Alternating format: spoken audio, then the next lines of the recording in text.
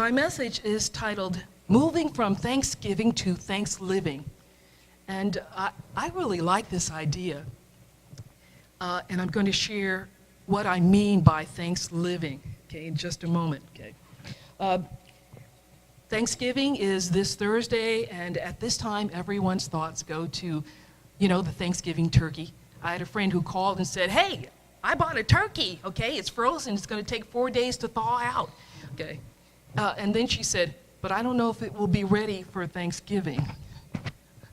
And I thought, well, okay, I kind of have had a taste for meatloaf, okay? Right. I haven't done meatloaf in a long time. I said, so, maybe we could just do something simple like that. She is in Salina, and she doesn't have family there either. And another friend of mine, she doesn't have family. Now, granted, I have been invited to the home of a gourmet cook, okay, on Thursday. And I thought about going. Marcia is a wonderful cook, okay? And I was invited. But I thought about my other friends, okay? Because there have been Thanksgivings when I did the turkey and the roast, and somebody brought a ham and we all got together. There are several people. There's another friend of mine also who is single and doesn't have family in Salina. So we usually hook up and we come to my house. And I was really tempted to do that, and I thought, nah, I'm grateful for them. I'm grateful for their friendship and their support, but am I grateful enough to clean my house and to cook this Thanksgiving? Okay. A lot of things have been going on in my life, and I thought, I don't know, it'd be easy for me to go over Marcia's, okay? She has all those dishes, okay? And some of those things are French dishes, and she's a gourmet cook and loves to cook, okay? And she doesn't mind trying out recipes on people, on friends, I should say, okay? So I'm kind of in a quandary because Diana called and she said, well, I could do the turkey or we could do something else and whatever. And the other friend of mine thought, no, well, this year I don't really even feel like it, okay? So I think I'm just gonna spend it with my dog, Boo. And I said, what? Okay. And I'm thinking, of course, I could have accepted the invitation to go eat at the gourmet cook's house. So I told her no. I can probably change my mind, but so I don't know what Thanksgiving will bring for me, but I am certain that it's going to be filled with love, with joy, with laughter, okay? Whatever connections I make, whether at Marcia's or with one friend or two or the 5 of them, I just really don't know. But that's indicative of what's going on in my own consciousness. Isn't it like that? That the things that are going on in consciousness often outpicture in certain ways. Now, the trick is to be grateful for all of it, no matter what it is.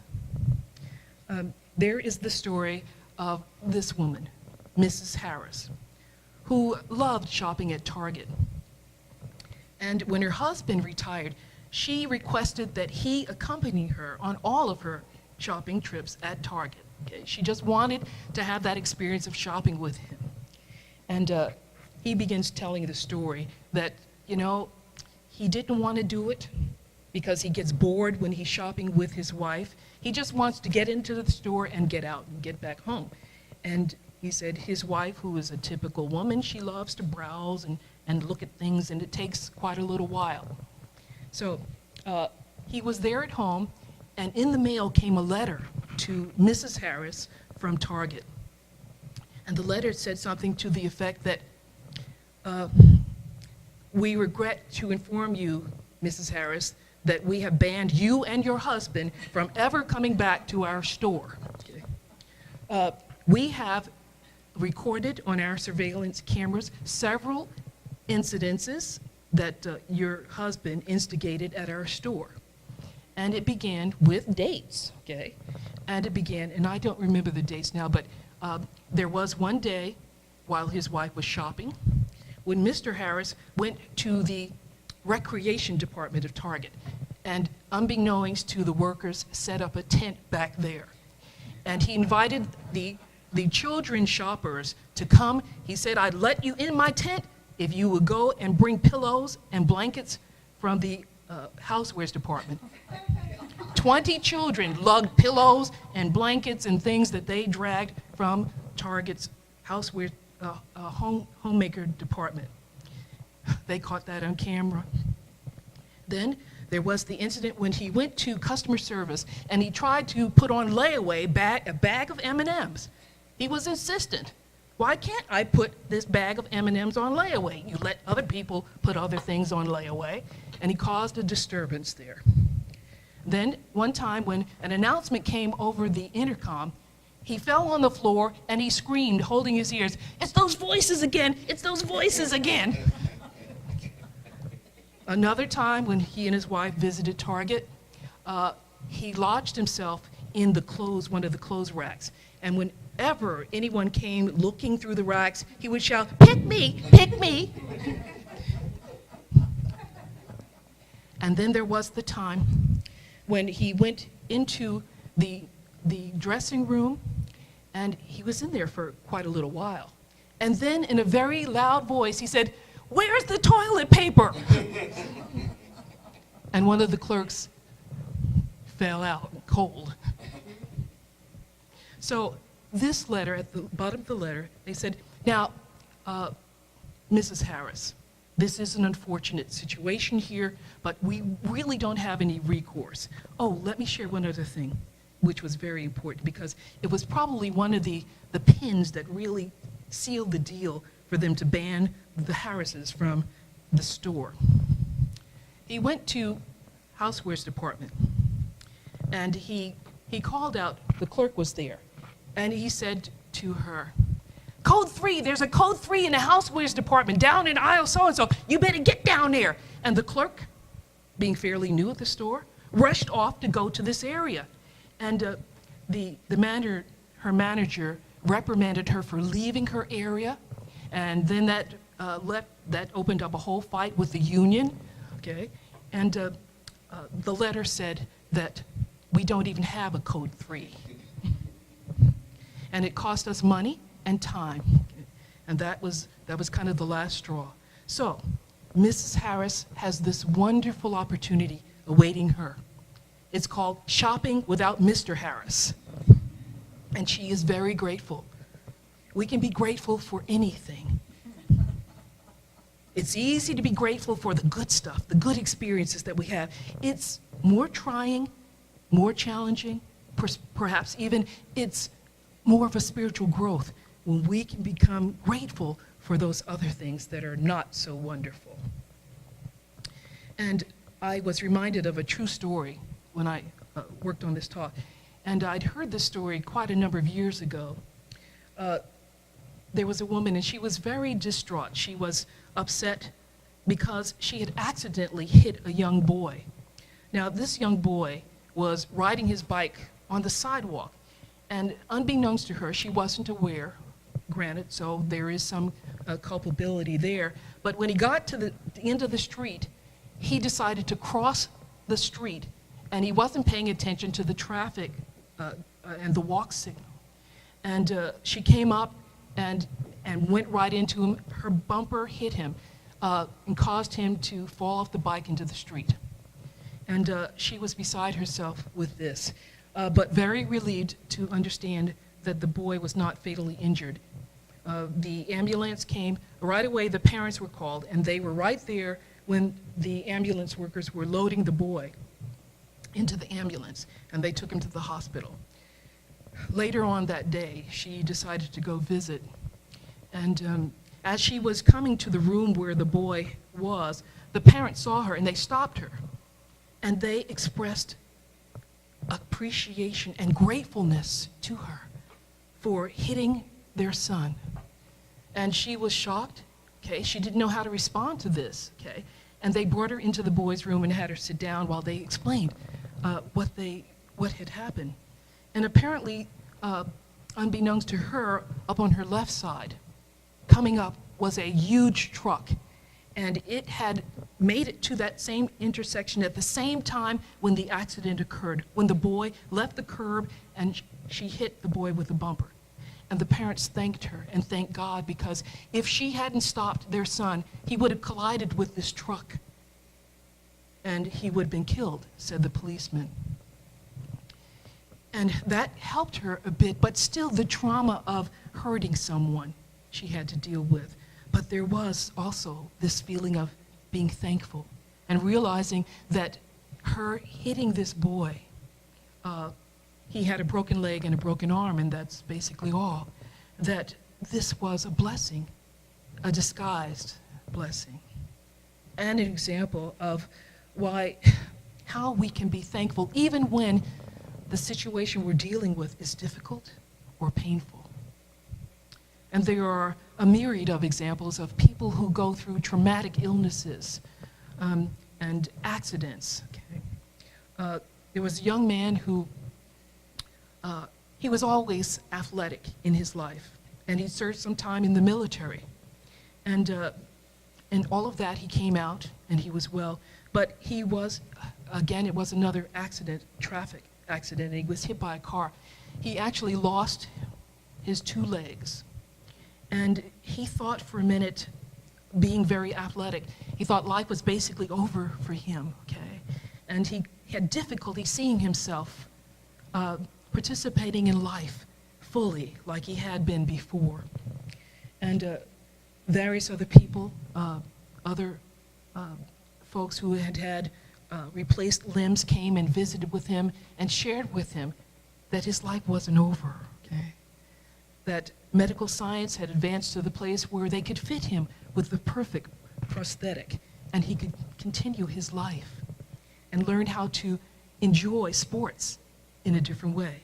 And I remember seeing on television Special Olympics and some of those shows where the paralytics have play basketball while riding in their wheelchairs and things like that.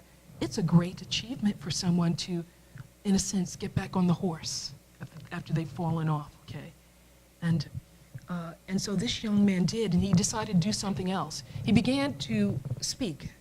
He went on a speaking tour, talking with others, talking with vets who had come back from their service and had lost limbs. He was talking with children who had diseases where amputation had to be done. And he was blessed in this activity. And he was very thankful for the opportunity to serve in this way. And in a strange way, he thanked God for his own accident, because it opened up this whole new world of giving and serving for which he was richly blessed. There are some wonderful quotes in your program that I placed here with a lot of insight. I like the one that is by Melody Beattie. In fact, I like all of them. But she said that gratitude unlocks the fullness of life. It turns what we have into enough and more. It turns denials into acceptance, chaos into order, confusion to clarity. It can turn a meal into a feast, a house into a home, a stranger into a friend. Because there is something about gratitude that opens us up to see the blessings in other people and also in ourselves. Now, when I speak of moving from Thanksgiving, most of us were taught to say thank you as children when we received a gift. I remember being out with my sisters and my mom. We used to go on Saturdays, most of the time, to Springfield Avenue, the shopping area, and there was a fabric store, because Mom and Grandmother made out most of our clothes, so we'd hang out there and we'd play all in the areas where the fabric was, and the owner didn't mind, okay? And always after this, we'd go shopping, and we'd have stop at the Italian hot dog place and have these wonderful Italian hot dogs. The bread was a sourdough bread made into a wedge, okay? And it was split open, and all kinds of veggies were all in there, and the hot dog was sitting there, okay? And they put the potatoes, the French fries, in that same deal. So in one big deal here, you had everything you ever needed in the world, okay? They were good. To this day, I remember those Italian hot dogs. Then on the way home, we'd stop at the drugstore where my mother got medicine for her heart condition, and we'd get these humongous lollipops. They were multicolored on a stick, okay? They must have been, now, when I was little, I thought they were this big. I have since seen some of those same lollipops, and they're more like this, okay?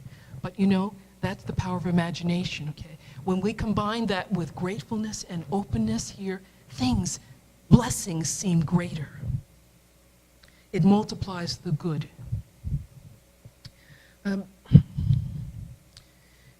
Gratitude is, now, actually I like this one right here. Some people are always grumbling about that roses have thorns, but I am grateful that thorns have roses, okay? And gratitude helps us see things in reverse. I wrote a song called Thanksgiving, and in this song I talk about gratitude and being thankful, helping us to see the great things in the small things, okay?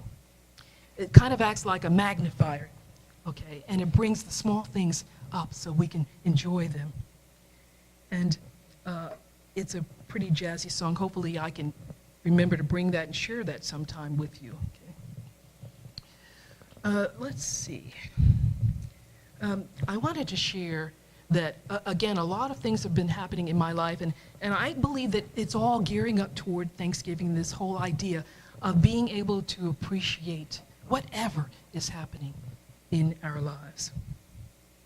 This will be the second time that I will be going to Long MacArthur Ford and taking Franklin, that's my car, to have the passenger side rear view mirror repaired, okay? This is the second time in about 3 weeks now that I have pulling out or in to my 2-car garage. I've hit Franklin's mirror on the side of the garage here on the door, okay? And if you go out a little bit later here and you look at Franklin, you'll see I have this black bag kind of over the mirror because it's kind of hanging off. It's going to be repaired tomorrow morning at 8, okay? But I didn't want the whole thing to just kind of fall off. The mirror is not broken, but the hood attaching it to the car is kind of hanging over like that, okay? But this is the second time. And I've driven in and out of that garage for years, okay? And have never done this. So it is another thing, it's another mystery, okay? And I haven't done weddings or funerals in a number of years, okay? Now, I've been with this church since last May. But prior to that, I retired from a pharmaceutical company in McPherson, Kansas. So I suppose it's taken a while for word to get around, okay? But recently, last Saturday, I was gifted and honored with the opportunity to facilitate a celebration of life service for someone that I knew years ago when I pastored the Unity Church in Salina. I performed the wedding ceremony of her son, and I met him at her celebration of life service. Kind of out of the blue, again, this is like 22, 23 years since I made contact with her, and her daughter Debbie, she had requested her daughter to call me and see if I would be available. They found out that I was pastoring a church here, and found my phone number in Salina and contacted me. And I began visiting her. She was here at Via Christi Hospital in the villages and sometimes in the hospital for things. She had stage 4 lung cancer. And I was really, really inspired. When I would visit her, she was always smiling. She was going through some pain, but she decided that she would experience the joy and the blessings of every moment that she had left.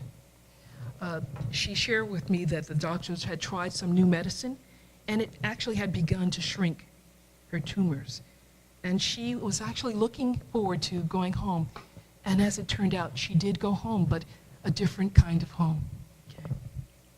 And the service was beautiful, and it reminded me why celebration of life services, memorial services are sad, but there's always some joy there. People come and they reconnect in ways that wouldn't have been possible. And what I find always so inspiring is how these loved ones are appreciated by their family and friends. It kind of reminds me of what they say, if you have someone in your life that you love, tell them that you love them, okay? Show them that you love them. Something that I always do is I make an appointment and I go to their home. I go and meet the family and have their family members come from out of state or wherever they are, and we visit, sometimes an hour, and I was probably there close to 3 hours the other day because there was so much that they wanted to share about their loved one. And this is an honor for me to be brought into their experience. And there was laughter, and there were tears, and there were insights shared as they shared among themselves and shared with me. And I just felt so honored and so grateful that I was allowed to be a part of this process for them and allowed to design this program. And it went very well. And they didn't have anyone to sing, so I offered to sing a song that I wrote called In the Arms of God's Love. And Donalda had been cremated, and her purple urn was there. And one portion of the song I did turn, and I went over and I sang to the memory of Donalda there. And I had shared earlier with them when I met them on Thursday that I would love to sing, but I wasn't sure I was going to be able to because of the cold that was happening. So with the cold, and then I found myself getting emotional with this because I remembered our experiences together. It just kind of brought me back. And so I made it through the song, okay, and everything went well, and I was grateful for being able to share that. So it's interesting because I think that we reach a place, you know, we often think of being grateful and being thankful as something that we do, something we give to others, okay? It's acknowledging the gift that they share with us, or blessing, but it is this outward movement. And I think that we can go beyond that. And I call what we go beyond to thanksgiving. Thanksgiving, in my mind, it doesn't need any showing or any experience to be in that state. It's an experience that I am working on having, and that is having this attitude of gratefulness just for life in general, just for the day, and being open every day to and excited to see what God good will appear in my life. And so I think of Thanksgiving as, again, this movement out, okay? But I think of Thanksgiving as going beyond that. In other words, that we cultivate and we learn to discover how we can relate to everything in life from this consciousness of thankfulness. And in your, or with your program here today, I have a worksheet that I'm going to invite you to work with me during our meditation. So for me, that's what I'm striving for. I'm wanting to move past Thanksgiving into living this appreciation for life and whatever it entails for me, because I know that God is in every moment. Thank you.